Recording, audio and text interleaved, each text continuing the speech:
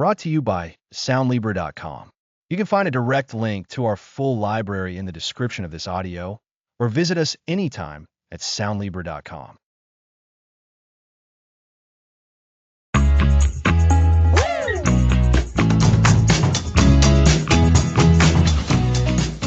Welcome to Master the Art of Feedback. This series explores how feedback transforms lives. Today, we're laying the groundwork. We'll dive into why feedback is so important and what it truly means.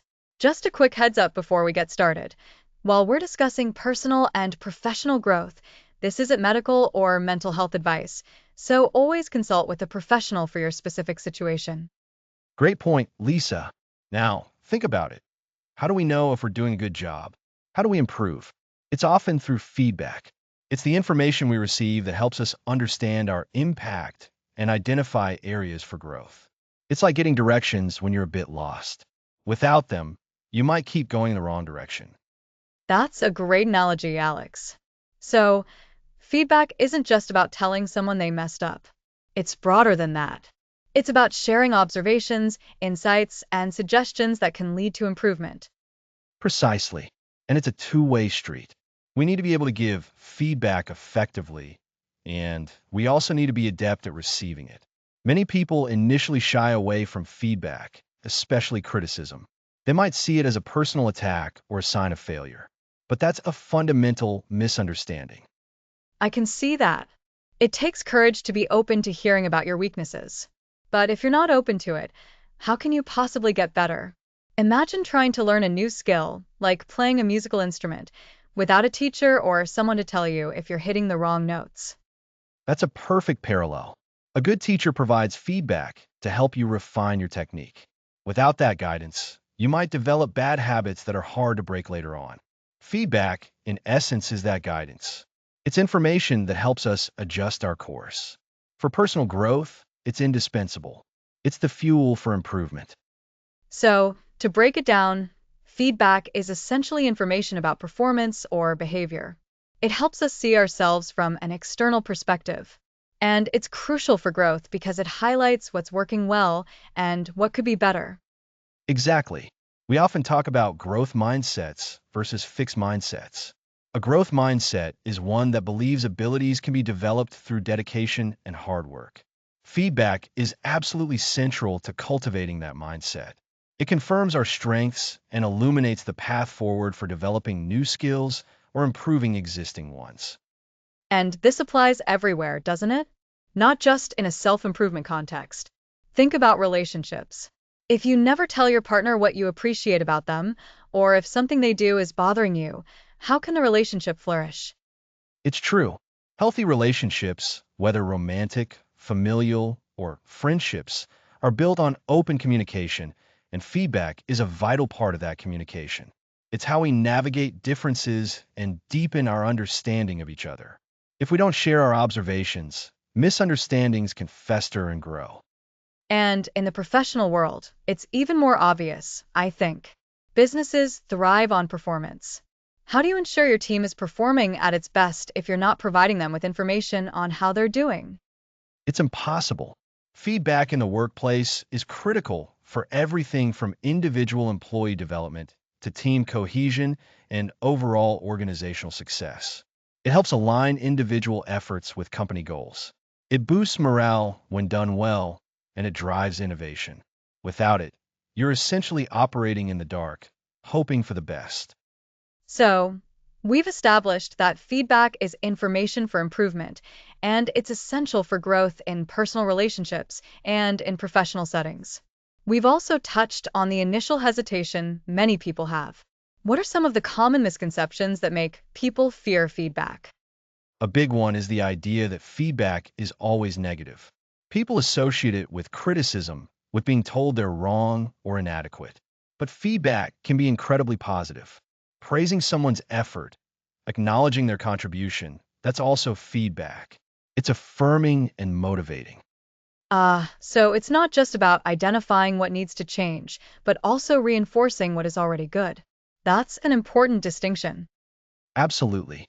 Another misconception is that feedback is a one-time event. Like you get feedback, you fix it, and you're done. But feedback is a continuous process. It's a cycle. We give feedback, we receive feedback, we act on it, and then we might get more feedback on our changes. It's an ongoing loop of learning and adjustment. That makes sense. You don't just learn to ride a bike once, and then you're an expert forever. You practice, you get feedback from falling or wobbling, you adjust, and you keep practicing. Exactly. And finally, there's the idea that only certain people should give or receive feedback. This couldn't be further from the truth. Everyone has unique perspectives and experiences, meaning everyone can offer valuable feedback, and everyone can benefit from receiving it, regardless of their position or status. So, to wrap up this foundational episode, we've learned that feedback is vital information that helps us understand our impact and guides our growth. It's not just about criticism, it includes positive reinforcement too. And it's a continuous process essential for our personal lives, our relationships, and our careers. That's right. Embracing feedback, both giving and receiving, is a superpower for development. It unlocks potential we might not even know we have. Over the next few episodes, we'll dive deeper into the how-to of both giving and receiving feedback, making it a practical skill you can use every day. It's exciting to think about how much we can improve with this skill. Indeed, and it all starts with understanding why it matters so much. Next episode, understanding constructive criticism, the core principles.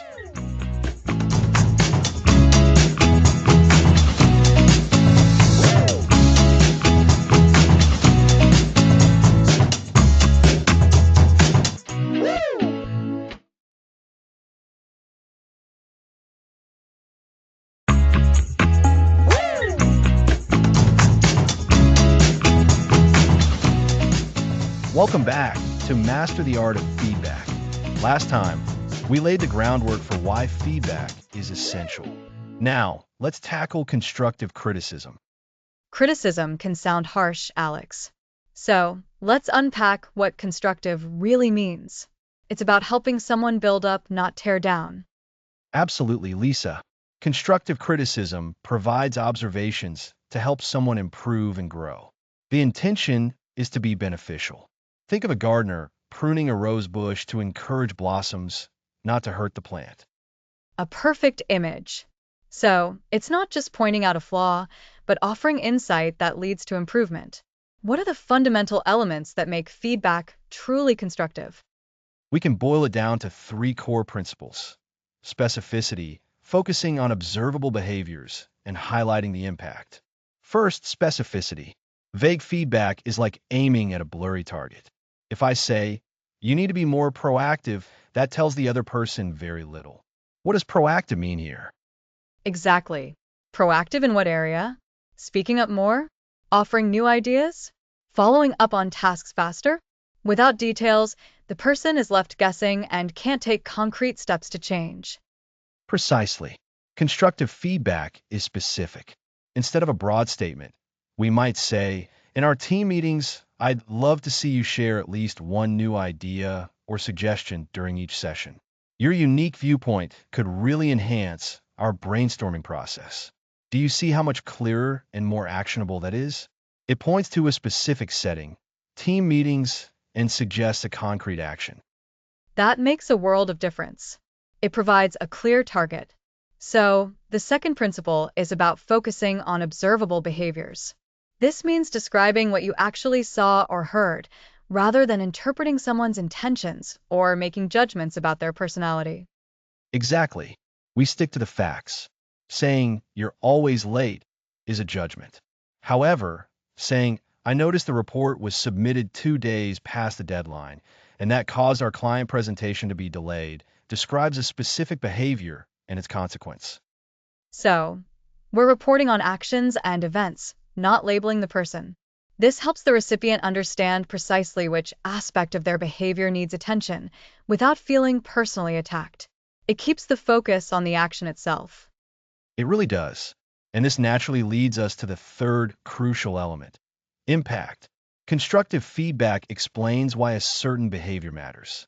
What are the consequences of that specific, observable action? This helps the recipient understand the importance of adjusting their approach. So it's not just about what was done, but the consequence because it was done that way. Connecting the behavior to its outcome makes the feedback much more compelling and memorable. Yes. Let's revisit the late report example. We observed the report was submitted late, and now we add the impact, and that caused our client presentation to be delayed. This led to some expressed concern from the client and added pressure on our sales team to reschedule efforts. Now, the person understands that their lateness didn't just affect them. It had a wider effect on colleagues and even external partners. That really makes it clear. It goes beyond a simple inconvenience to a broader consequence. So, to summarize the core principles of constructive criticism, it's specific, it focuses on observable behaviors, and it clearly articulates the impact. That's a perfect recap, Lisa. These three elements, specificity, observable behaviors, and impact, work in tandem to create feedback that is clear, actionable, and genuinely constructive. When we use these principles, we help others understand a situation, its outcomes, and how they can adapt their actions for better results. And the attitude behind the feedback is so important too, isn't it? Even with the best principles, if the underlying goal isn't to help, the feedback can still be poorly received. So, it's about approaching the conversation with sincere interest in the other person's growth and development. You've touched on something absolutely vital. The intention behind the feedback shapes how it's delivered. When you truly want to help someone improve, that empathy and care will naturally shine through in your tone and your word choices, even when discussing a difficult behavior. It transforms the interaction from a confrontation into a supportive discussion. It feels like the difference between saying, "You're not doing this correctly," versus, "I've observed this, and I'm wondering if there are ways we could work together to enhance the outcome." Exactly. And by mastering these core principles, specificity, observable behaviors, and impact, we strengthen our ability to give feedback that is not only heard but also understood and acted upon. This is the bedrock for building stronger relationships and fostering both personal and professional advancement. This is incredibly helpful, Alex. It truly clarifies what makes feedback genuinely constructive. We've learned that broad statements often miss the mark, but describing what you observe, explaining why it matters, and providing specific examples can open the door to significant improvement. And that's exactly what we aim for. By understanding these foundational principles, we are much better prepared to tackle the next vital step, the art of giving feedback effectively. We'll explore that in our upcoming episode. Thanks for listening.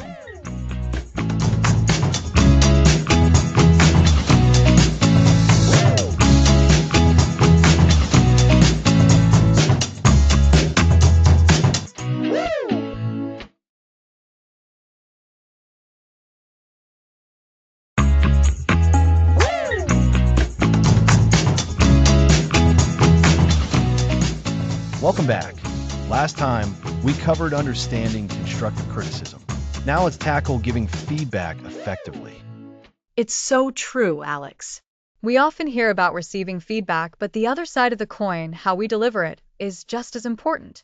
Giving feedback well can build people up and foster growth, while giving it poorly can do the opposite. Exactly, Lisa.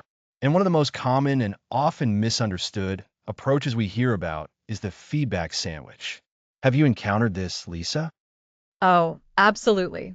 The idea of starting with a positive, then delivering the constructive criticism in the middle, and finishing with another positive.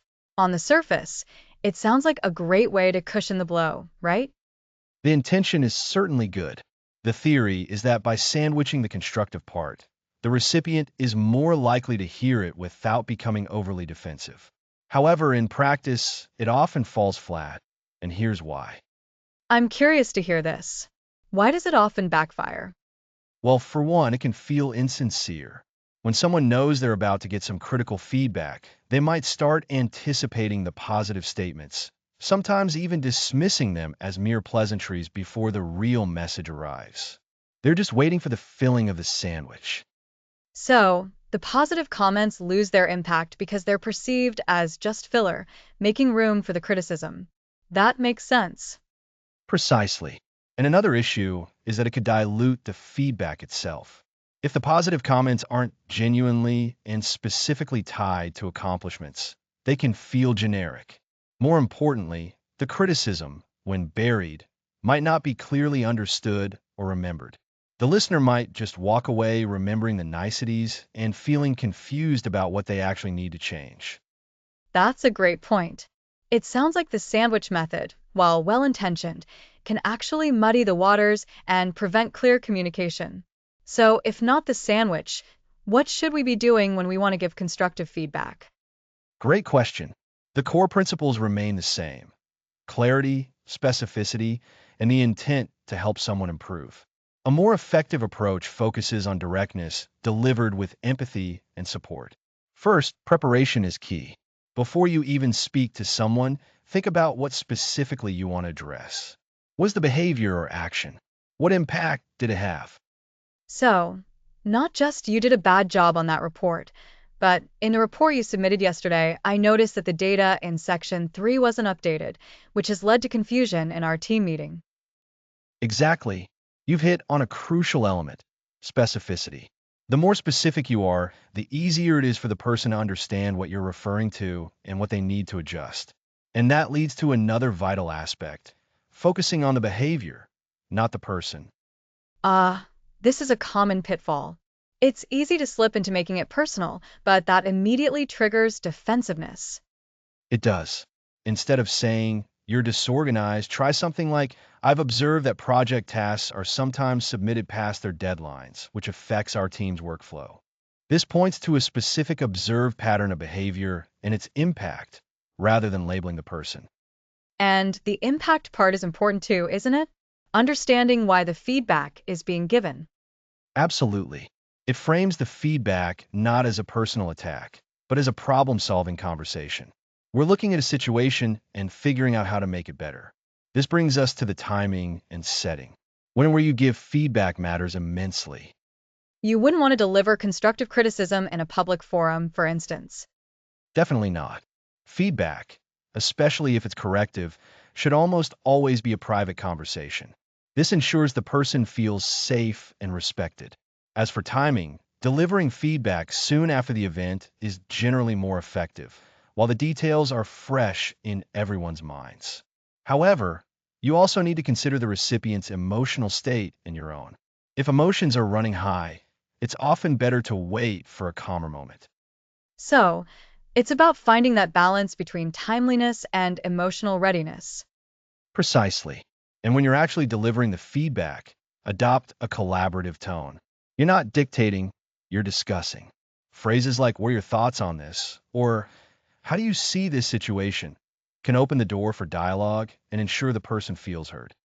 This sounds much more constructive and less confrontational. It's about working together towards a solution. Exactly. By being specific about the behavior and its impact, focusing on the observable actions, delivering it in a private and appropriate setting, and fostering a collaborative tone, you dramatically increase the chances that your feedback will be received positively and lead to real change. We're aiming for understanding, not for winning an argument. So, to recap, Alex, instead of the potentially disingenuous sandwich method, we're advocating for a more direct, empathetic, and collaborative approach. This involves careful preparation, focusing on specific behaviors and their impacts, choosing the right time and place, and inviting dialogue. That's a perfect summary, Lisa. By mastering these techniques, we can move from feedback that causes hurt or confusion to feedback that truly empowers individuals and teams to grow.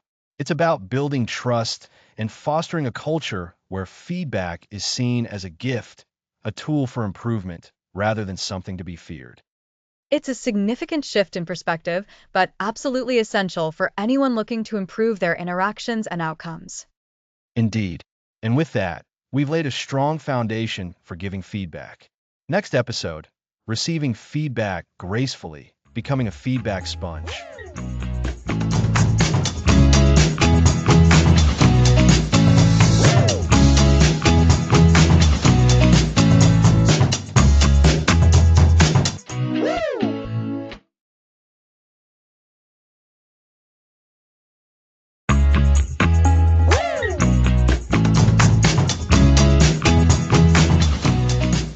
Welcome back to Master the Art of Feedback.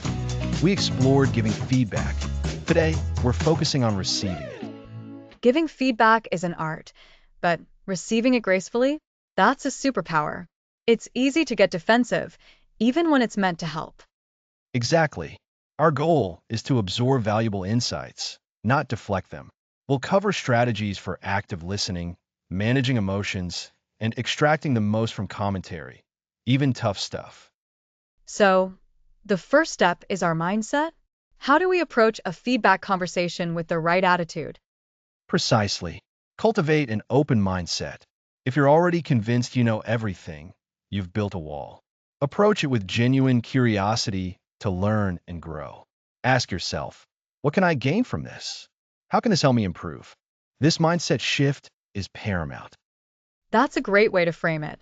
It's about development, not validation. So, once we have that open mindset, what's the next practical step when someone is giving us feedback? Active listening. This is more than just hearing words. It's about truly understanding the message. When someone is speaking, resist the urge to interrupt or formulate your defense. Focus entirely on what they are saying. Pay attention to their tone, their body language, and specific examples. Make eye contact, nod to show you're engaged, and try to absorb their perspective. Active listening. I sometimes catch myself mentally rehearsing my response instead of truly listening. So, we're listening, but what happens when the feedback touches a nerve?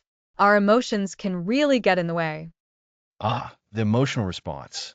This is where many of us stumble.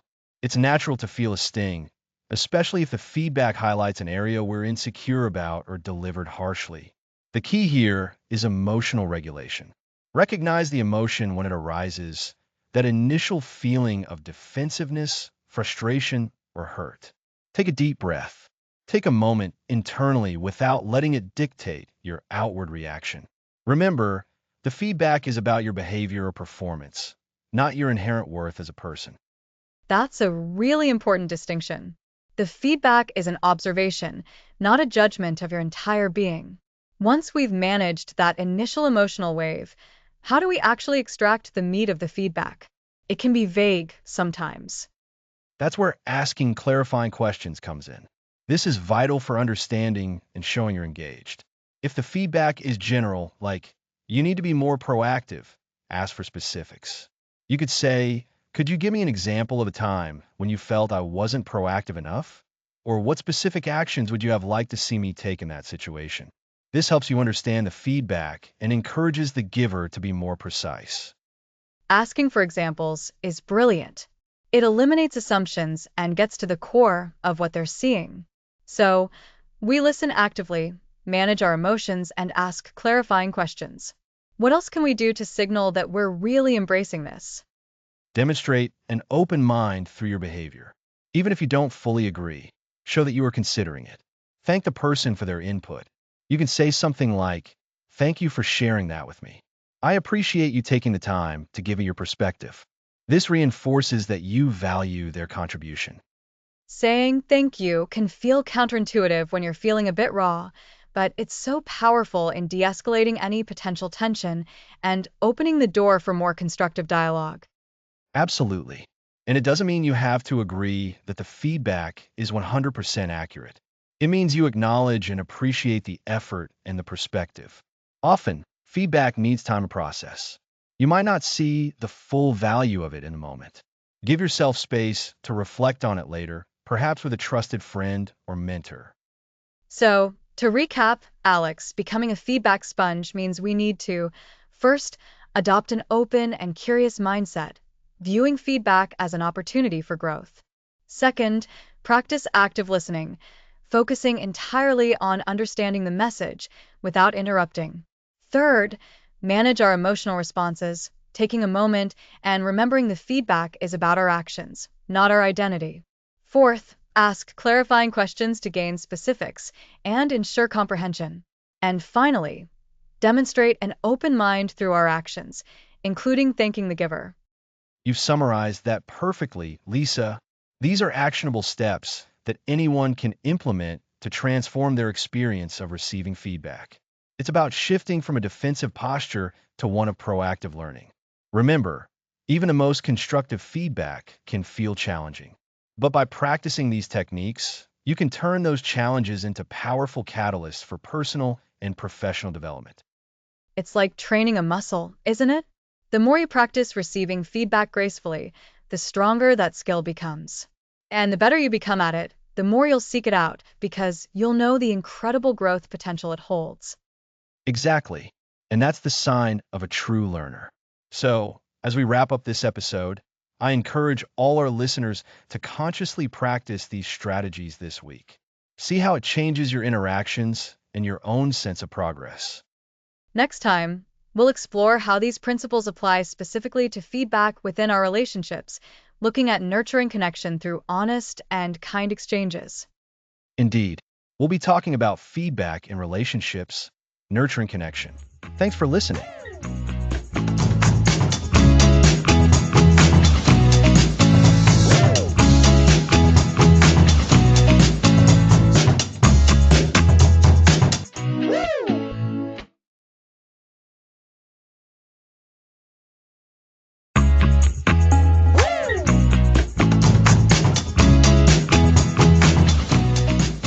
Welcome back.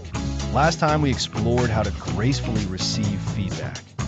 Today, we're applying feedback principles to our personal relationships. In our personal lives, feedback carries emotional weight. The goal is to nurture our connections, not strain them. When something bothers us, we might confront or bottle it up. Neither is ideal for healthy relationships. Bottling leads to resentment, and confrontation can shut down communication. The key is thoughtful delivery and reception. Let's start with giving feedback. Be specific, focus on behavior, not personality, and aim for understanding.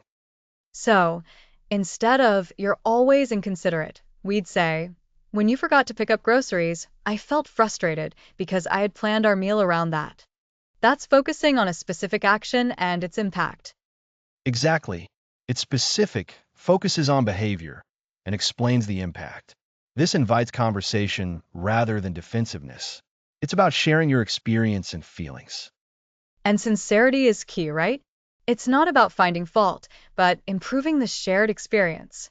Your underlying intention should be to strengthen the bond. Precisely. Our intention matters. When we approach feedback with love and a desire for connection, it shows. Remember I statements? They bypass blame and open the door for empathy. I can see how that works. It shifts the focus from, "You did this wrong," to, "This is how your action affected me." It's less accusatory and more about understanding each other. And that leads us to receiving feedback in relationships. This is often harder, especially when it's personal. Our defenses go up quickly. Oh, absolutely. When your partner tells you something you did annoyed them, your first thought might be to justify yourself or turn it back on them. It's a natural, unhelpful reflex. It is. But our loved ones often see us most clearly and have a vested interest in our well-being and the relationship. When they offer feedback, even if it stings, it's usually a gift. It's an opportunity for growth, individually and as a unit. So, we need to try to listen without interrupting and resist the urge to defend ourselves. To really hear them and try to understand their perspective. Yes, active listening, nodding, using phrases like, I hear you, or tell me more. And when appropriate, reflecting back what you've heard. Something like, so if I understand correctly, you felt unheard when I changed the subject during our conversation yesterday? That sounds like a great way to confirm you're on the same page and show you're genuinely trying to understand their point of view. It validates their feelings. And it's important to remember that feedback in relationships isn't always about big issues. Oftentimes, it's the small, everyday interactions that build or erode connection. Think about household chores, planning events, or communicating about finances. These are all opportunities for feedback. So, it's about creating a space where both partners feel comfortable sharing their needs and observations without fear of harsh judgment. A kind of ongoing, loving negotiation. Exactly. A loving negotiation. And that creates trust. When people feel safe to be vulnerable and honest, the relationship thrives. When feedback is ignored or met with defensiveness, it chips away at that trust. This also applies to friendships, doesn't it? If a friend consistently cancels plans or only talks about themselves, that's an area where feedback could benefit the friendship. It absolutely does. Whether it's a romantic partner, a friend, or a family member, the principles are similar. We want to foster an environment where giving and receiving feedback are seen as acts of care and commitment to the relationship. It's about growth together. So, to recap, when giving feedback in relationships, be specific, focus on behavior, use I statements to express your feelings and impact, and intend to nurture the connection. When receiving feedback, practice active listening, resist defensiveness, seek to understand their perspective, and remember it's often a gift. That's a perfect summary, Lisa. These skills are about building deeper intimacy, trust, and a more resilient bond. It's about communicating in a way that strengthens the relationships that mean the most to us. Next episode, we'll be applying these principles to parenting and guiding our children. Next episode, feedback in parenting, guiding and growing together.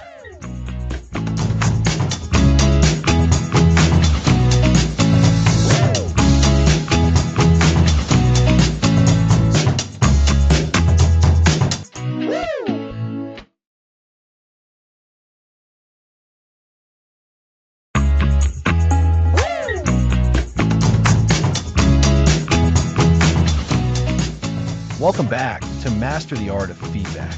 Last time, we explored how feedback strengthens our personal relationships.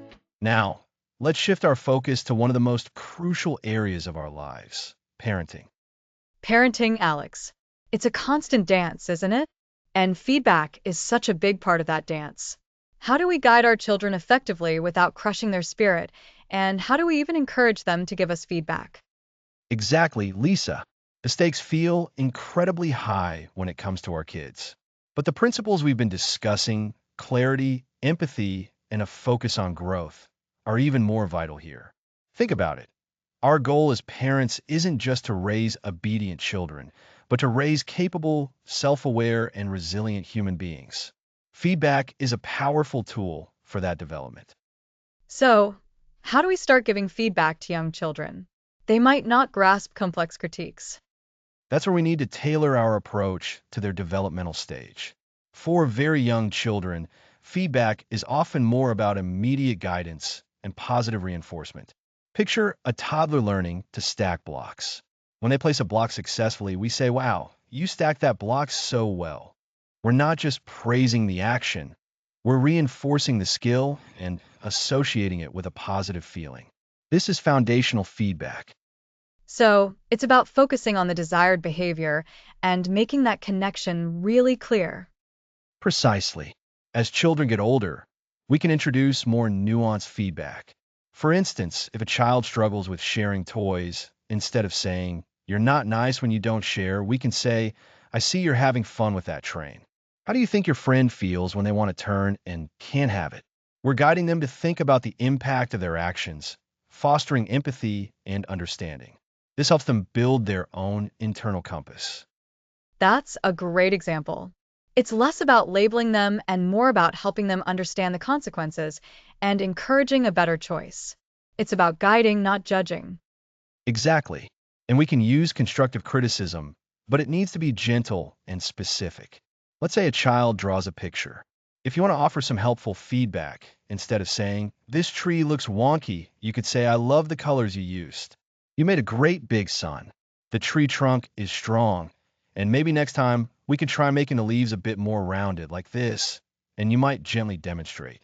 It validates their effort and gives a clear, actionable suggestion. That's so much more encouraging. It acknowledges what they did well first, then offers a specific, achievable improvement. It's like the sandwich method, but without the myth part. It's just good, genuine feedback. Right? And it's crucial that we model this ourselves. Children learn by watching us. If we react defensively to constructive feedback from our partners or friends, they'll likely mirror that behavior. We need to show them that receiving feedback is a sign of strength and a pathway to improvement. That makes total sense. So, how do we encourage our children to give us feedback? That feels like a whole other level of vulnerability as a parent. It can be, but it's incredibly valuable.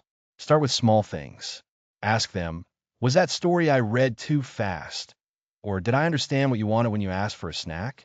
Create an environment where their voice is heard and respected, even if we don't always agree or act on it. When they offer feedback, listen actively. Thank them for sharing their perspective. Thank you for telling me that. I hear you. So, even if we think they're wrong, acknowledging their feelings and their effort to communicate is key. Absolutely. And if they point out something we could have done better, like, Mom, you promised we'd go to the park, and we got too busy, we can respond with, you're right. I promised, and I didn't follow through. I'm sorry. I got caught up, but I should have remembered. Next time, I'll set a reminder. This shows them that we're not perfect, we can make mistakes, and we learn from them. It builds trust. That takes a lot of humility, but it teaches them so much about accountability and sincere apologies. It makes us human to them. And it fosters a different kind of relationship, one built on open communication rather than just authority.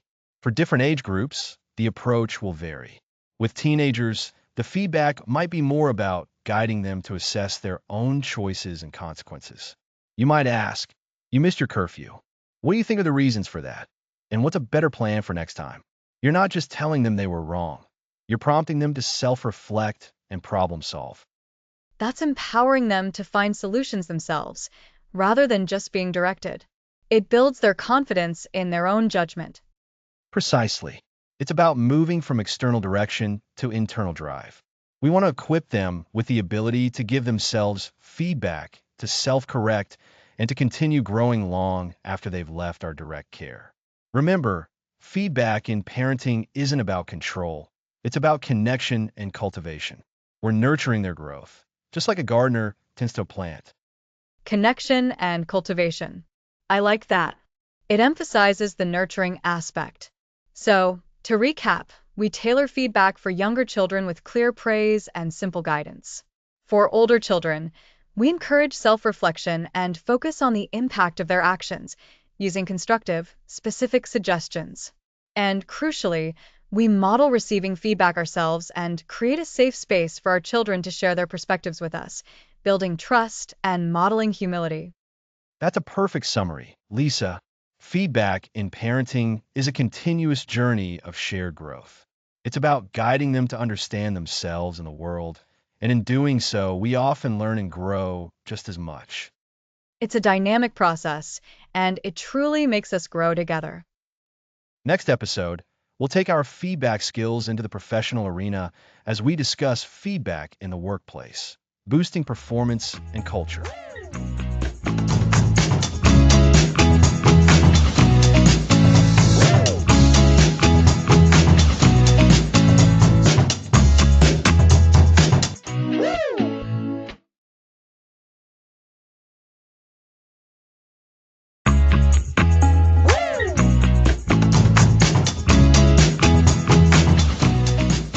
Welcome back. Last time we discussed feedback in parenting. Now, let's tackle the workplace. That's right, Alex. We've talked about feedback in our personal lives, in relationships, and even with our kids. Now, let's shift gears to the professional realm. How can feedback boost performance and create a better work environment? Excellent question, Lisa. In the workplace, feedback isn't just about pointing out mistakes. It's a powerful tool for development, motivation, and aligning everyone towards common goals. Think of it as the oil that keeps the organizational machinery running smoothly. A great analogy. So, what are the key ways feedback plays a role in the workplace? Well, there are several layers. The most formal is often the performance review. This is typically a scheduled time where a manager sits down with their direct report to discuss their contributions over a period, identify strengths, and pinpoint areas for improvement. I remember my first performance review. I was definitely a mix of nervous and hopeful. It felt like a big moment. Exactly. And for a performance review to be effective, it needs to be more than just a once-a-year event. The best managers provide ongoing feedback throughout the year. This means regular check-ins, offering guidance as tasks are being completed, not just at the end. This helps prevent small issues from becoming big problems. So, continuous feedback rather than a big annual dump of information. That makes so much sense. It allows for course correction in real time. Precisely. And it's not just from manager to employee. Peer feedback, where colleagues provide input to each other, is also incredibly valuable. Colleagues often see different aspects of a project or a person's work than a manager might. That's true. Sometimes you notice how someone collaborates in a team meeting or how they handle a specific client interaction, things a manager might not witness directly. How can we make peer feedback effective? It requires trust and clear intentions. When giving peer feedback, focus on specific behaviors and their impact. Instead of saying, "You're not a team player," try something like, "In yesterday's project meeting, I noticed you held the floor for a while, and I'm concerned others might not have had a chance to share their ideas. How can we ensure everyone's voice is heard next time?" That's much more actionable and less likely to put the other person on the defensive. It focuses on observed behavior and opens a collaborative dialogue. Exactly. And it's also important to consider upward feedback. This is feedback from employees to their managers. This can be daunting, but it's vital for leaders to understand how their actions and decisions are perceived. Upward feedback. That sounds like it could be challenging to implement. How do you encourage that? It starts with leadership creating a safe environment. When leaders actively solicit feedback, listen without defensiveness, and show that they're willing to act on it, it encourages more open communication. Anonymous surveys can sometimes be a starting point, but genuine, open dialogue is the ultimate goal. So, a leader asking, "What's one thing I could do differently to better support you?" And then genuinely listening to the answer. That's the spirit. Now, when we talk about all these types of feedback, performance reviews, peer feedback, upward feedback, they all contribute to something bigger, a positive and productive work environment, and what we call a feedback culture. A feedback culture. I like the sound of that. What exactly does that entail? A feedback culture is an environment where giving and receiving feedback is a normal, expected, and valued part of daily operations. It's not seen as a threat, but as an opportunity for growth. In such a culture, people feel comfortable sharing their perspectives, and they also feel receptive to hearing others. So, it's woven into the fabric of how the organization operates, rather than being an add-on. Precisely. And this culture directly impacts performance and morale. When feedback is frequent and constructive, employees understand expectations. They can improve their skills, and they feel that their contributions are seen and valued. This leads to higher engagement and better outcomes. It sounds like a win-win. Employees grow and feel more valued, and the organization benefits from improved performance. Absolutely. Let's recap what we've discussed today. In the workplace, feedback is a multifaceted tool. We looked at formal performance reviews, emphasizing the need for ongoing dialogue beyond just an annual meeting. We also explored the power of peer feedback, focusing on specific behaviors and their impact, and the importance of upward feedback, where employees share insights with their managers. And bringing all these elements together cultivates a feedback culture where giving and receiving feedback is a natural, valued, and expected part of how the team operates.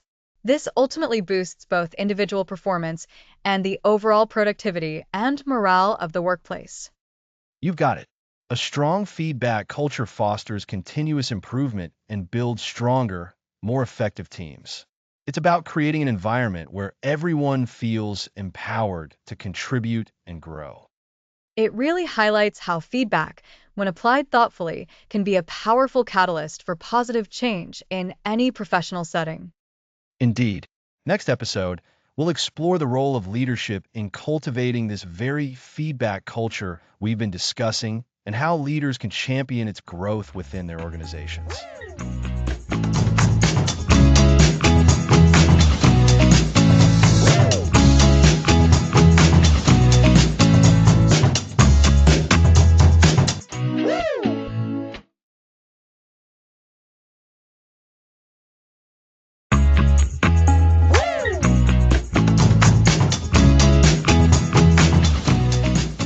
Welcome back to Master the Art of Feedback. Last time, we explored how feedback boosts performance and culture in the workplace. Today, we're building on that by looking at how leaders can intentionally cultivate a feedback-rich environment. That's right, Alex. We've discussed giving and receiving feedback as individual skills. But a thriving environment doesn't just happen by accident. It needs to be nurtured from the top. Exactly. Leaders are the architects of culture. If they want a culture where feedback flows freely and constructively, they need to actively design it.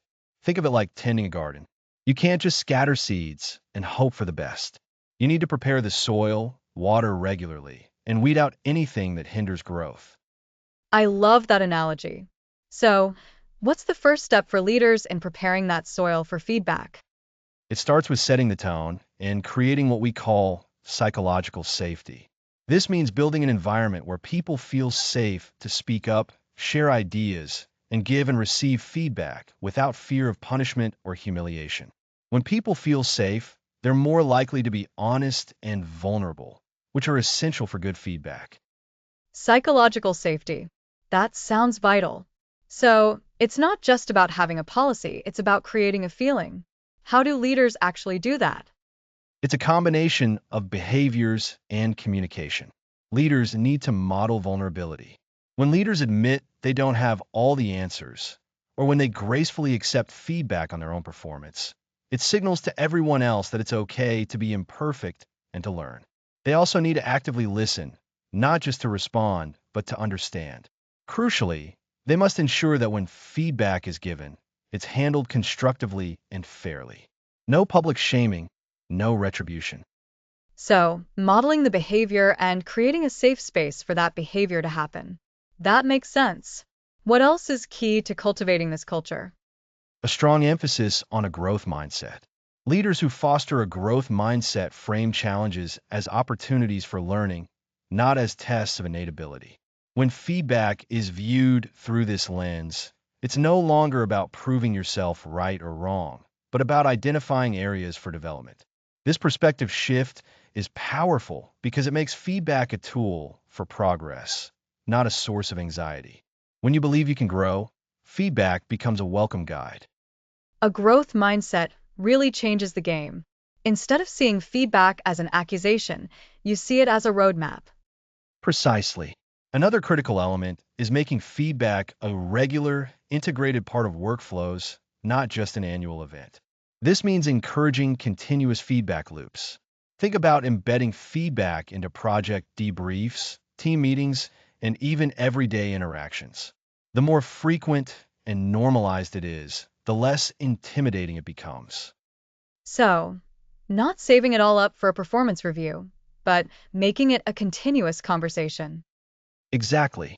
And leaders need to actively encourage the giving of feedback. This can involve providing training on how to give effective feedback, but it also means creating structured opportunities for it.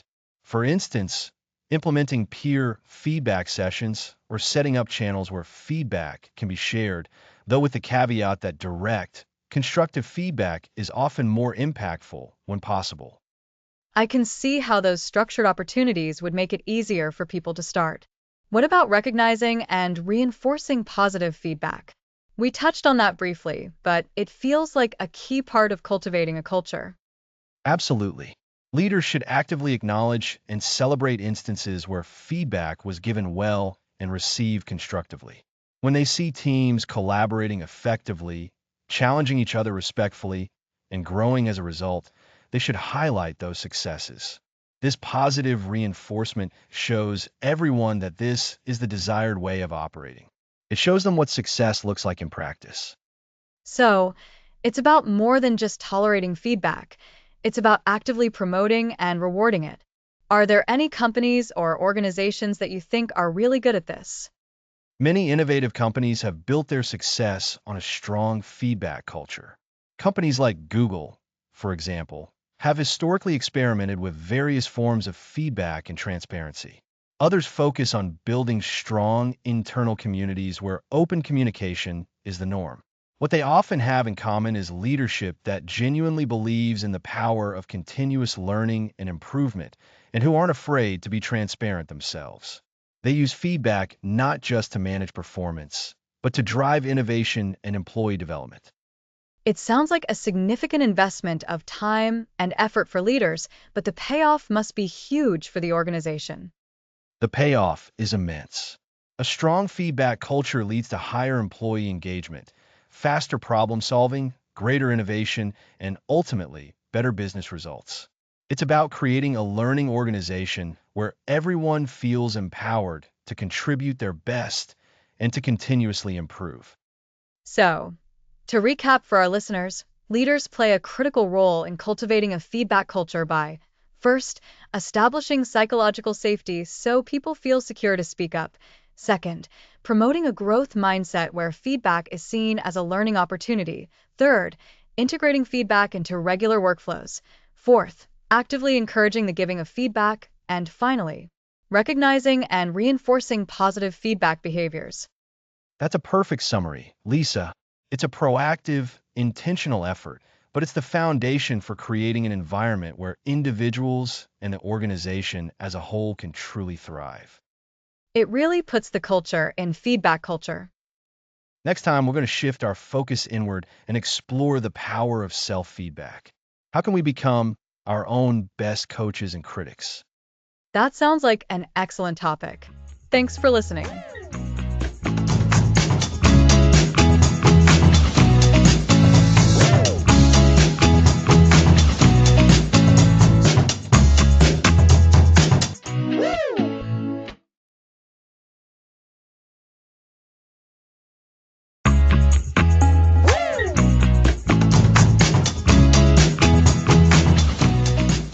Welcome back to Master the Art of Feedback. Today, we're focusing on the immense power of positive feedback. It's true, Alex. We tend to think of feedback primarily as pointing out areas for improvement. But genuinely recognizing and reinforcing what's going well can be incredibly motivating and effective. So, today's episode is all about the power of positive feedback, how to deliver it, and why it's so important. Exactly, Lisa. Let's start with the core idea. Positive feedback is about acknowledging and reinforcing desirable behaviors and outcomes. It's not just saying good job. It's about being specific and sincere to help people understand what they did well and why it was valuable. So, it's like shining a spotlight on the good stuff. When you do that, people are more likely to repeat those positive actions. Can you give us an example of what that looks like, Alex? Certainly. Imagine a team member, Sarah, who consistently goes the extra mile to help colleagues who are struggling. Instead of just a general thanks, Sarah, a more powerful positive feedback would be, Sarah, I really appreciate how you stepped in to help Mark with that complex report yesterday. Your willingness to share your expertise and patiently walk him through it not only saved us valuable time, but also built his confidence. That kind of teamwork is exactly what we need. I see the difference. That specific example highlights Sarah's action, helping Mark with a report, and explains the positive impact, saving time and building confidence. It makes it clear what behavior is being recognized and why it's beneficial to the team. It feels much more impactful than a generic compliment. Precisely. And this principle applies across the board. In our personal lives, our families, our workplaces. When we give positive feedback effectively, we're not just offering praise. We're actively shaping future behavior and strengthening relationships. We're telling people you're on the right track and what you're doing matters. It sounds like positive feedback can be a real confidence booster. If someone is consistently being told they're doing a good job and why, they're likely to feel more valued and motivated, right? Absolutely. Think about it from the receiver's perspective. Receiving specific, genuine praise validates their efforts and contributions. It can significantly boost self-esteem and a sense of accomplishment. This, in turn, can lead to increased engagement, productivity, and loyalty. It's like fuel for continued effort and excellence. So, it's not just about making someone feel good in the moment, but about fostering a drive to maintain and even improve that performance. What are some other key elements to giving powerful positive feedback? One crucial element is sincerity. The feedback needs to be genuine. If it feels forced or insincere, it can have the opposite effect and even breed skepticism. Connect the praise behavior to the values or goals of the team or organization. For instance, if collaboration is a core value, highlighting how someone's help to a colleague exemplifies that value reinforces the importance of collaboration. That makes sense. So, authenticity is key. And I imagine timeliness also plays a role, like with constructive feedback? You've hit on another critical point, Lisa. Timeliness is essential for positive feedback too. Offering praise soon after the positive action or accomplishment makes it more potent. It connects the reward directly to the behavior. If you wait too long, the impact can diminish, and the person might not even remember the specific instance.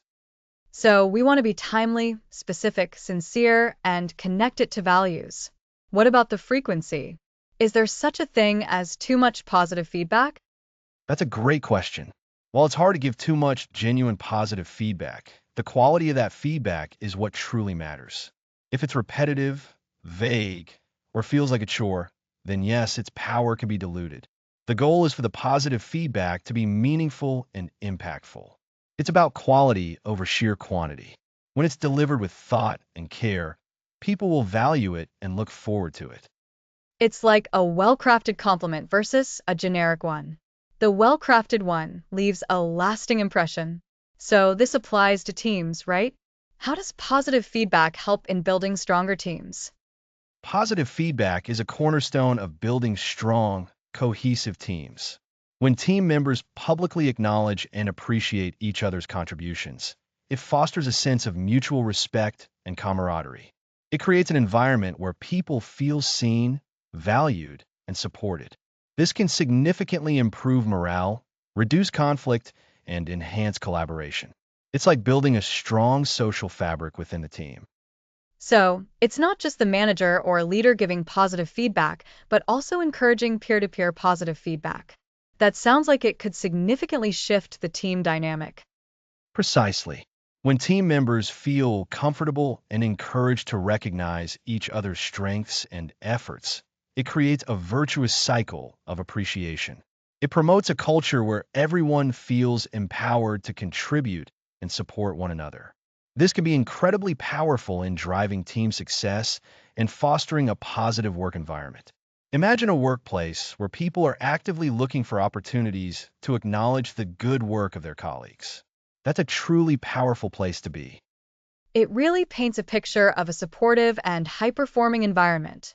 So, to recap, the power of positive feedback lies in its ability to motivate, build confidence, reinforce desired behaviors, and strengthen relationships.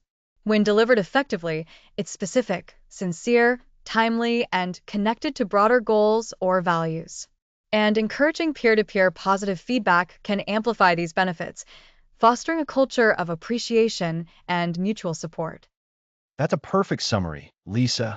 We've seen how positive feedback isn't just about niceties. It's a strategic tool for growth and a vital component of healthy relationships and high-performing teams.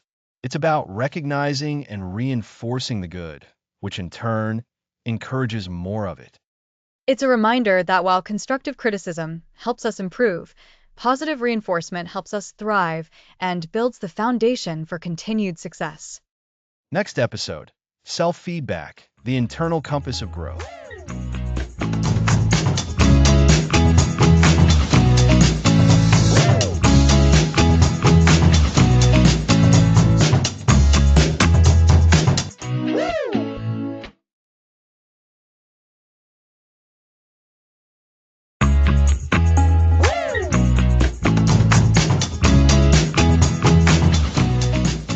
Welcome back to Master the Art of Feedback. Last time, we immersed ourselves in the power of positive feedback, learning how to recognize and reinforce good behavior. Now, we're turning the lens inward for episode 10, self-feedback, the internal compass of growth. That's right, Alex. We've spent a lot of time talking about how we interact with others when giving and receiving feedback. But the most critical feedback loop of all is the one we have with ourselves. It's fundamental to our growth.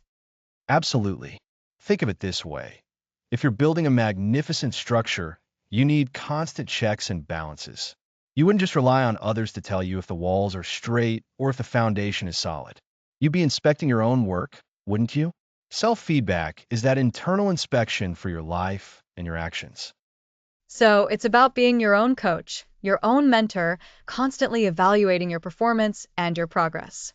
But how do we even start doing that honestly without being overly critical or, conversely, letting ourselves off the hook too easily?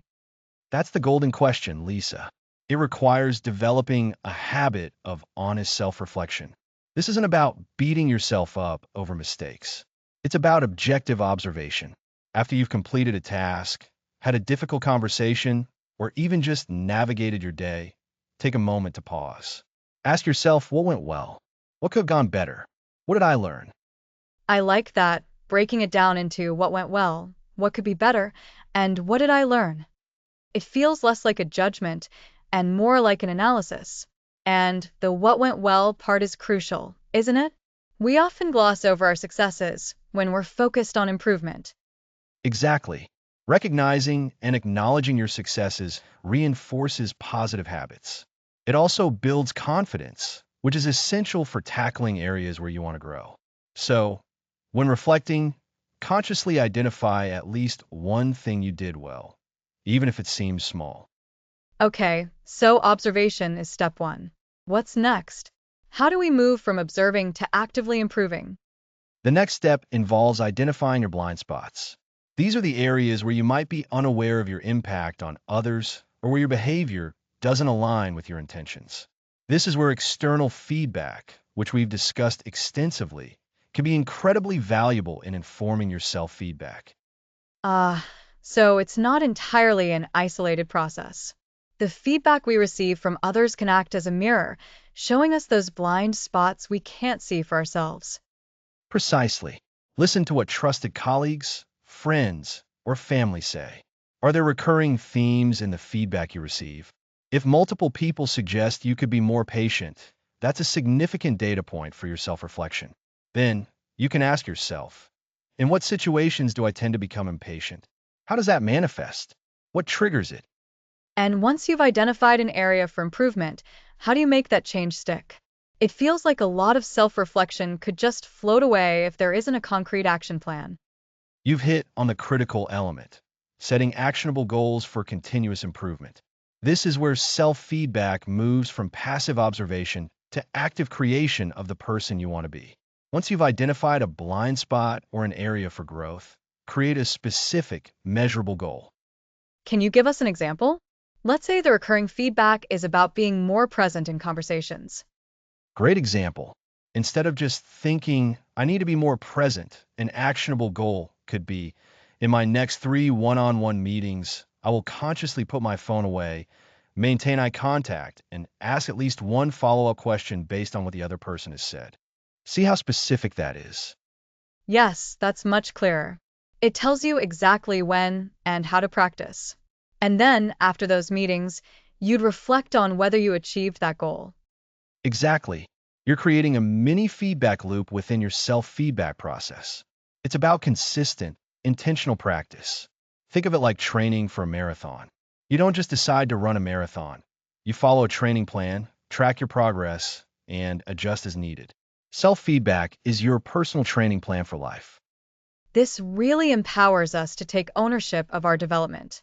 Instead of waiting for someone else to point out our flaws or praise our strengths, we're actively engaging in our own growth journey. And that ownership is incredibly liberating. It fosters resilience because you understand that setbacks are not failures, but opportunities to learn and recalibrate. It's about developing an internal compass that guides you towards your desired direction, even without external validation. So, to recap for our listeners, self feedback involves three key steps: honest self reflection, where you acknowledge both successes and areas for improvement; identifying your blind spots, often with the help of external feedback; and then setting actionable, measurable goals for continuous growth. Precisely. It's a continuous cycle. You reflect, you identify, you set goals, you act, and then you reflect again. This internal dialogue becomes your most powerful tool for personal evolution. It's about becoming an architect of your own potential, not just a passive inhabitant of your life. It sounds like a lifelong practice, but one with immense rewards in terms of personal fulfillment and effectiveness. It truly is the internal compass guiding us. It is. Mastering self-feedback means you're not just reacting to life. You're proactively shaping it. You're becoming your own most insightful advisor, your harshest yet fairest critic, and your most enthusiastic cheerleader, all rolled into one. This has been such a valuable perspective. It's easy to get caught up in external feedback, but this internal work is the bedrock. Absolutely, Lisa. And this brings us to the end of our discussion on self-feedback. Next time, we'll tackle a particularly challenging aspect of feedback, navigating difficult conversations when feedback truly hurts. Next episode, navigating difficult feedback when it hurts.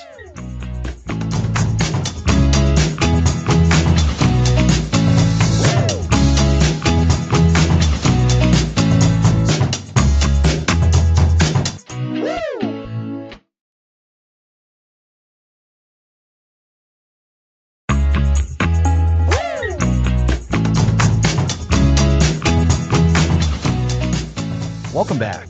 Last time we looked at self-feedback. Now let's tackle navigating difficult feedback. Alex, we've covered so much about giving and receiving feedback, but today we're diving into what might be the most challenging aspect, navigating it when it truly hurts. We're talking about those moments when feedback feels unfair, inaccurate, or deeply personal. It's that sting you feel when the words hit a nerve, right? Absolutely, Lisa. It's completely natural to feel defensive, upset, or even angry when feedback feels like an attack. Our emotional circuits light up when we perceive a threat to our self-worth or our understanding of ourselves. The first step in dealing with difficult feedback is acknowledging that it's okay to feel this way. Don't beat yourself up for having an initial emotional reaction. So, the initial feeling is valid. What's the first practical thing we can do when we're on the receiving end of feedback that stings? The most crucial immediate action is to pause. Resist the urge to respond impulsively. When those emotional waves hit, our rational mind can take a back seat. So, take a deep breath, perhaps a few. If you're in a live conversation, it's perfectly acceptable to say something like, "Thank you for sharing that. I need a moment to process this," or "I'd like to take some time to think about what you've said." This gives you space to calm your emotional response and engage your thinking brain. That makes sense.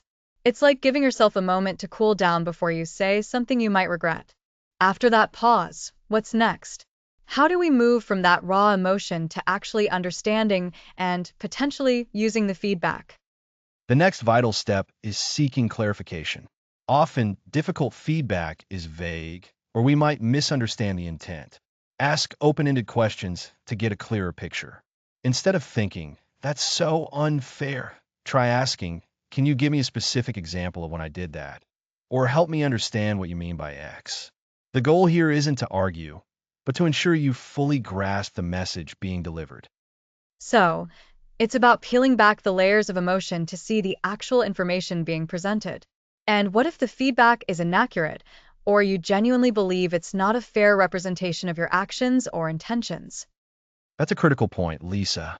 Once you've sought clarification and you still feel the feedback is inaccurate or unfair, you have a right to present your perspective. However, this should be done thoughtfully and respectfully, not defensively. You can say something like, "I appreciate you sharing that perspective. From my point of view, this is how I experienced that situation." Or, "I understand why you might see it that way. My intention was X, and here's what I was trying to achieve." This is about offering your viewpoint, not refuting theirs with anger.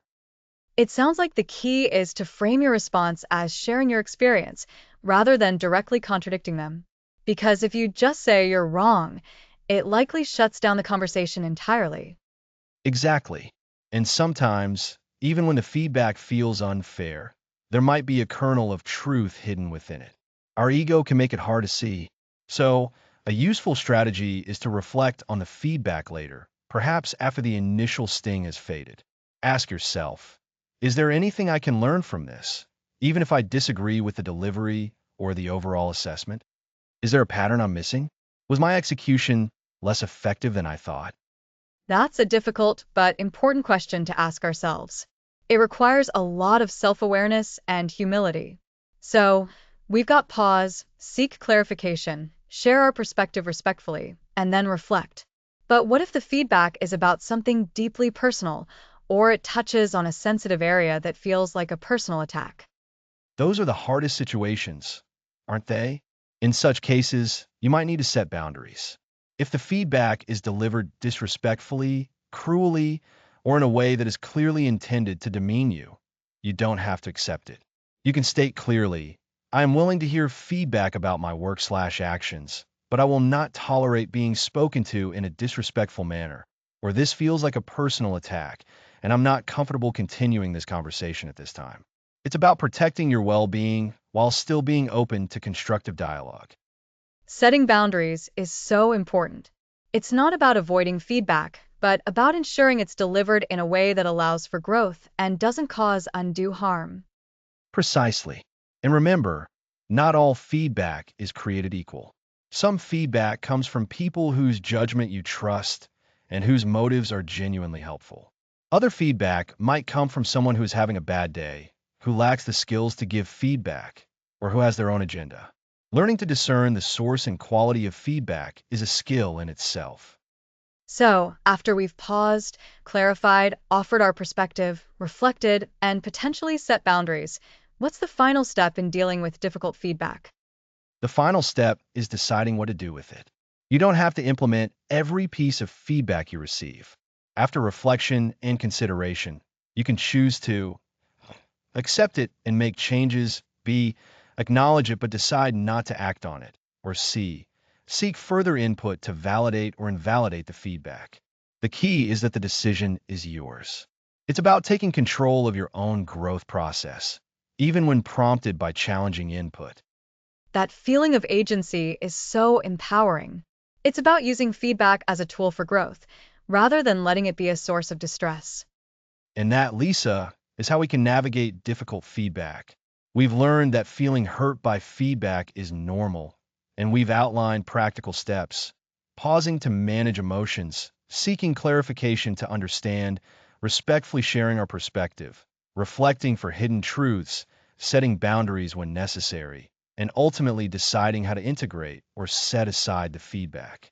It's a challenging skill, but mastering it is key to continuous growth without losing our dignity or sense of self-worth. Excellent points, Alex. It really highlights that feedback, even the tough kind, can be a powerful catalyst for development if we approach it with the right mindset and tools. Next episode, we'll be looking at how to integrate all these lessons into a continuous cycle of growth. Thanks for listening.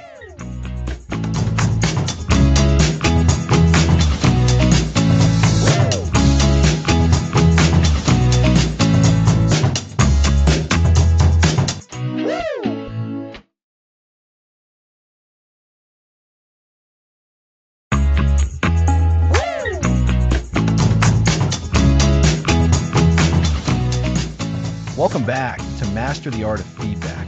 Today, we're focusing on practicing and perfecting your feedback skills. That's right, Alex. We've covered so much ground, but mastery is a journey. So today we're talking about how to truly hone these skills. Think about learning any new skill, like playing an instrument. You need practice, repetition, and refinement. Feedback is exactly the same. So, where do we start practicing? It can feel a bit daunting. Are there safe spaces to try things out? Absolutely. A fantastic way to start is by practicing in low-stakes situations. These are environments where the outcome isn't critical and there's less pressure. For instance, imagine you're trying out a new recipe with a friend. You could practice giving feedback on the spices used or the cooking time. Oh, I like that. So, instead of saying, this is bland, you might say, I wonder if a little more cumin might bring out the earthy flavors? Exactly. You're using those specific, observable language techniques we've discussed. Or consider giving feedback on a casual presentation to a small group of friends who are also learning. It's a supportive environment where you can experiment with your phrasing and delivery. The goal here is simply to get comfortable with the act of giving and receiving feedback with minimal fear of the consequences. That makes sense. It's about building muscle memory for these communication patterns. So, low stakes practice, checking. What else? Seeking out mentors or coaches is another powerful practice method. A mentor who is already skilled in giving and receiving feedback can provide invaluable guidance. They can observe your attempts, offer critiques on your approach, and even model effective feedback techniques. So, finding someone you trust and asking them to help you learn. How might that look in practice?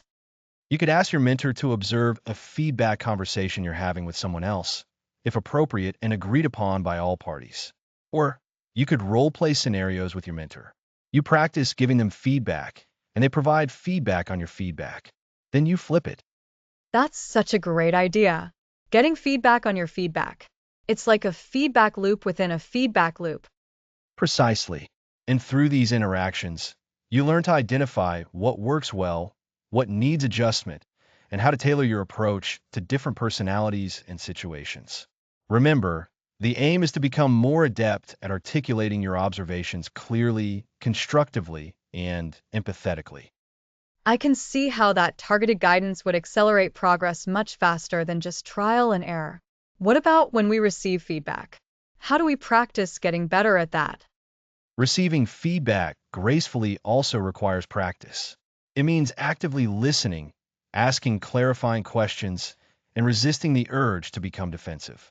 Even when the feedback is difficult, try to park your initial emotional reaction and focus on understanding the other person's perspective. It's so easy to want to jump in and explain yourself, isn't it? It is, but that's where the practice comes in. Try to consciously pause before responding. Take a breath, and then rephrase what you heard to ensure you understood correctly. For example, you might say, "So, if I'm hearing you correctly, you're concerned that my reports are sometimes arriving late?" This simple act of rephrasing shows you're listening and seeking clarity rather than just offending. That's a really practical tip. And it helps the person giving feedback feel heard too. Exactly. It fosters a more collaborative exchange. Another aspect of continuous improvement is actively seeking feedback on your feedback giving skills. Don't be afraid to turn the tables respectfully. After you've given feedback, you can ask the recipient, "How was that for you?" Or "Was that clear and helpful?" That feels a little vulnerable, but also incredibly effective for improvement. It shows humility and a genuine desire to get better. It absolutely does. And building on this, remember that a growth mindset is a fundamental to perfecting these skills. A growth mindset is the belief that your abilities and intelligence can be developed through dedication and hard work. It means viewing challenges as opportunities to learn and grow rather than as threats. So, even when a feedback conversation doesn't go perfectly, or your attempt at giving feedback falls flat, a growth mindset helps you see it as a learning experience rather than a failure. Precisely. It shifts your focus from "I'm bad at feedback" to "How can I learn to be better at feedback?" This perspective empowers you to keep practicing, keep seeking improvement, and ultimately to master the art of feedback. It's about continuous refinement, always looking for ways to communicate more effectively, listen more deeply, and foster stronger connections. So, to recap what we've discussed today, mastering feedback means actively practicing. We can start with low stake situations, like trying out new recipes or casual presentations. Seeking out mentors or coaches provides crucial guidance and modeling. And when receiving feedback, we practice active listening, pausing before responding, and rephrasing to ensure understanding. We also encourage asking for feedback on our own feedback delivery.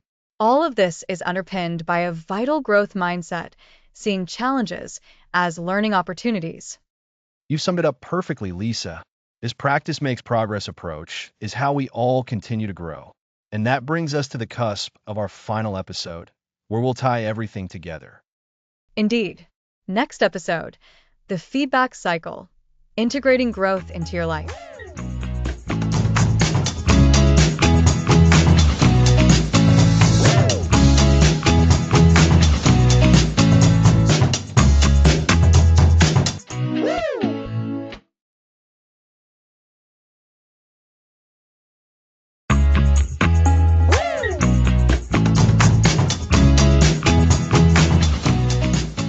Welcome back to Master the Art of Feedback.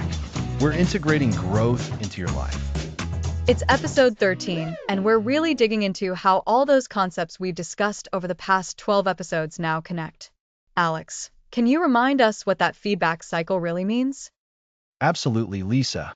Think of the feedback cycle as a continuous loop. It starts with intentional action or behavior. Then, we seek or observe feedback on that action. We process that feedback, making sense of it. Next, we decide how to adjust our behavior based on what we learned. And finally, we take that adjusted action, which then becomes the starting point for a new cycle. It's a constant process of doing, learning, and refining. So it's not just about giving or receiving feedback once, but about making it a natural, ongoing part of how we operate. Exactly. And remember from episode 1, we talked about why feedback matters at its core. It's about understanding ourselves and our impact on the world around us. Without feedback, we're essentially operating in a vacuum, unaware of how our actions are truly perceived or what adjustments might lead to better outcomes. And that ties into episode 2, where we broke down constructive criticism. To make this cycle work, the feedback we're looking for needs to be about improvement, not just judgment. It has to be specific and actionable. Precisely. And to get that feedback, we need to be good at either giving it effectively or receiving it openly. In episode 3, we explored the art of giving feedback, moving away from the sandwich myth and focusing on clear, direct, and supportive communication. And then, in episode 4, we tackled the crucial skill of receiving feedback. We learned to be feedback sponges, absorbing what's offered with curiosity and a willingness to learn, rather than defensiveness. Remember the idea of separating yourself from the feedback? Oh, absolutely. That's a critical anchor for the cycle. If we take feedback personally, it stops being a tool for growth and becomes a source of stress. This is true whether the feedback is about our work, our relationships, or our personal habits. And we've seen how this applies everywhere. In episode 5, we saw how feedback strengthens relationships, helping us understand our partners, friends, and family better. It's about building connection. And that connection is key in parenting too, as we discussed in episode 6. Giving and receiving feedback with our children helps them learn, grow, and develop a healthy sense of self and empathy. It's a conversation, not a lecture. The workplace, of course, is a massive area for feedback, explored in episode 7. It's where performance, collaboration, and company culture are directly shaped by how well feedback flows. And building on that, episode 8 highlighted the leader's role in cultivating a feedback culture. A leader who actively seeks, gives, and models good feedback creates an environment where everyone feels safe to contribute and grow. It's about psychological safety. We also learned the power of positive feedback in episode 9. It's not just about what needs to change, but also about recognizing and reinforcing what's working well. That can be incredibly motivating. And then there's the often overlooked, but incredibly vital, aspect of episode 10, self-feedback. Developing that internal compass, the ability to reflect honestly on our own actions and motivations, is the bedrock of long-term growth. That internal dialogue is so important. And sometimes, as we discussed in episode 11, that feedback can be difficult. Navigating those moments when feedback is critical, or perhaps even delivered poorly, requires immense resilience and a commitment to the bigger picture of growth. It does. But that's where consistent practice comes in. Episode 12 was all about practicing and perfecting these feedback skills. It's like any other skill. The more you do it, the better you become. You build that muscle memory for giving and receiving.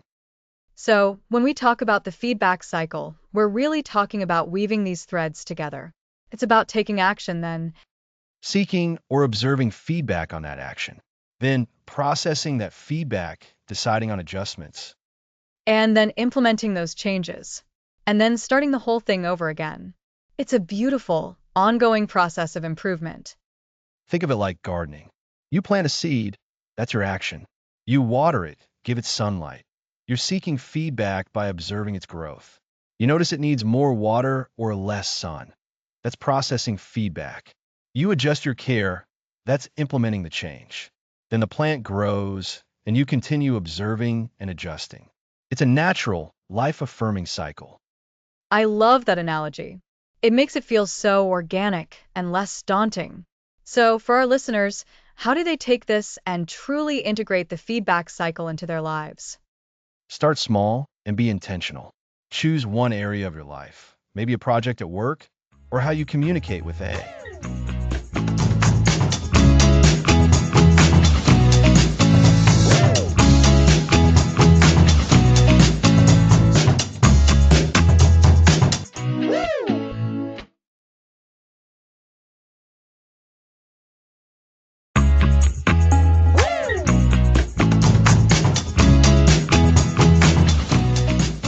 Welcome to the final episode of Master the Art of Feedback.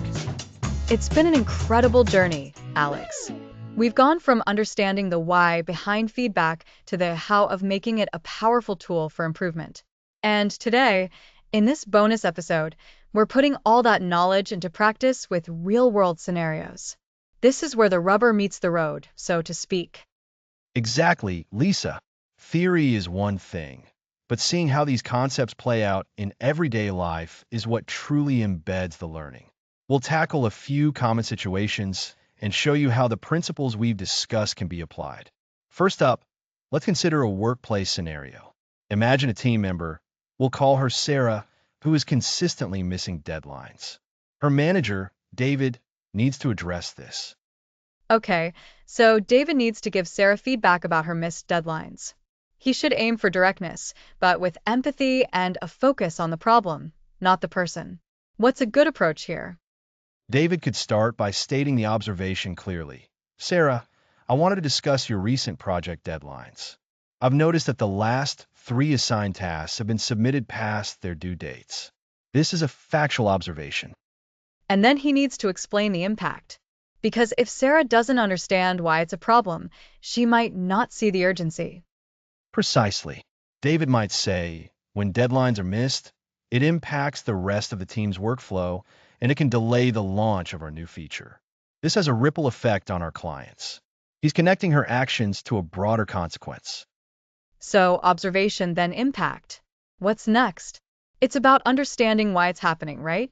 Constructive criticism requires understanding the situation. Absolutely. David needs to create a safe space for Sarah to explain. He could ask, I'm wondering what might be making it difficult to meet these deadlines. Is there anything I can help with? Or any roadblocks you're encountering? This opens the door for her to share any challenges she might be facing. That's a great way to approach it. It shows he's not just blaming her, but genuinely wants to help find a solution. My role as a listener here is to remember, observe, explain impact, inquire. Okay, so Sarah explains she's been overloaded with new tasks and is struggling to prioritize. What does David do then? This is where collaboration comes in. David and Sarah can work together to find a solution. They could discuss prioritizing her tasks, perhaps breaking down larger projects into smaller, more manageable steps, or even seeing if some of her workload can be temporarily reallocated. The key is collaborative problem solving. And then they need to set a clear path forward and agree to follow up. That ties into integrating growth into your life. Exactly. David might say, let's try X, Y, and Z for the next 2 weeks. I'll check in with you on Friday to see how it's going. How does that sound? They establish clear expectations and a commitment to review progress. So remember, observe, impact, inquire, solve, follow up. Great summary, Alex. Now let's shift gears to a parenting scenario. Imagine a parent, Maria, whose teenage son, Leo, has been spending an excessive amount of time on his phone, neglecting his homework and chores. Maria wants to address this without alienating him. This is a classic challenge for parents. Maria needs to remember that she needs to ensure the feedback is constructive and fosters growth, not resentment. Think about guiding and growing together. She should approach Leo with care. So, no yelling or taking away the phone immediately. Ideally, no. Maria could start by finding a calm moment, perhaps when they're not rushed, and say something like, Leo, I've noticed lately that you're spending quite a bit of time on your phone, and I'm concerned about how it's affecting your homework and your responsibilities around the house. She's stating an observation and her concern, which is good. It's about her feelings and observations, not accusations. Right? Then she can explain the why from her perspective. I worry that if your homework isn't getting done, it could impact your grades. And I also need your help with a few things around the house to keep things running smoothly. She's reinforcing expectations for shared responsibility. And then, similar to the workplace, it's about listening. How can Maria understand Leo's perspective? She can ask open-ended questions. Can you tell me what you enjoy about being on your phone so much? And what do you think about the impact it's having on your schoolwork and chores? Leo might be using it to de-stress, connect with friends, or perhaps he's feeling overwhelmed by schoolwork and using it as an escape. This is where we need to be a feedback sponge. Maria needs to actively listen to Leo's response without interrupting or judging. Exactly. Once she understands his perspective, they can collaboratively set some boundaries. Instead of a strict ban, they might agree on specific times when phone usage is limited, like during homework hours or meal times. They can also agree on what constitutes enough time spent on homework and chores. This encourages Leo to take ownership of his time and responsibilities. And of course, Maria needs to offer positive feedback when he does make an effort, right? Recognizing and reinforcing desired behavior is so important. Absolutely. A simple Leo, I really appreciate you getting your homework done without reminders today can go a long way. It reinforces the desired behavior. So, the parenting mantra could be observe, express concern, listen, collaborate on solutions, reinforce positively. That's so helpful. Finally, let's touch on adapting feedback for relationships. Imagine a couple, Mark and Emily, where Mark feels Emily isn't expressing appreciation for his efforts around the house. This falls under nurturing connection. Mark needs to express his feelings constructively. Instead of saying, you never thank me for anything, which is accusatory, he can use an I statement. Uh, yes, the classic I feel structure. Precisely. Mark could say, Emily, I feel unappreciated when I put in a lot of effort doing laundry or cooking, and I don't hear anything about it afterwards. It makes me feel like my contributions aren't noticed. That's much gentler and focuses on his feelings. It's not saying Emily is a bad person, it's about his experience. So, Emily needs to be prepared to receive this feedback gracefully, not defensively. Exactly. Emily's best response would be to listen, acknowledge Mark's feelings, and perhaps explain her perspective without making excuses. She might say, I'm sorry you feel that way, Mark. Sometimes I get caught up in my own day and don't realize I'm not expressing my thanks. I really do appreciate everything you do. And then they can work together to make appreciation more visible. Maybe they agree to a quick verbal thank you, or a note, or even a more meaningful gesture. That's the beauty of feedback in relationships. It's about continuous mutual understanding and effort. A good takeaway for couples is express feelings with I statements, listen without defensiveness, acknowledge and validate, co-create solutions. These scenarios really bring everything we've discussed to life. It shows that the principles of clear observation, understanding impact, open communication, collaborative problem solving, and positive reinforcement are universally applicable, whether it's in the workplace, guiding our children, or nurturing our romantic partnerships. Absolutely. The art of feedback is not about pointing fingers. It's about building bridges.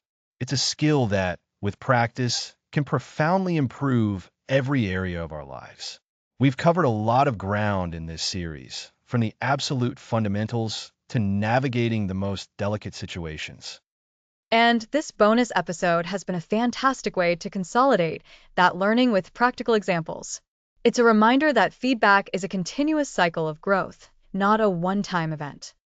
Indeed, from the foundations of constructive criticism to the power of positive reinforcement and the art of receiving feedback gracefully, you now have a comprehensive toolkit.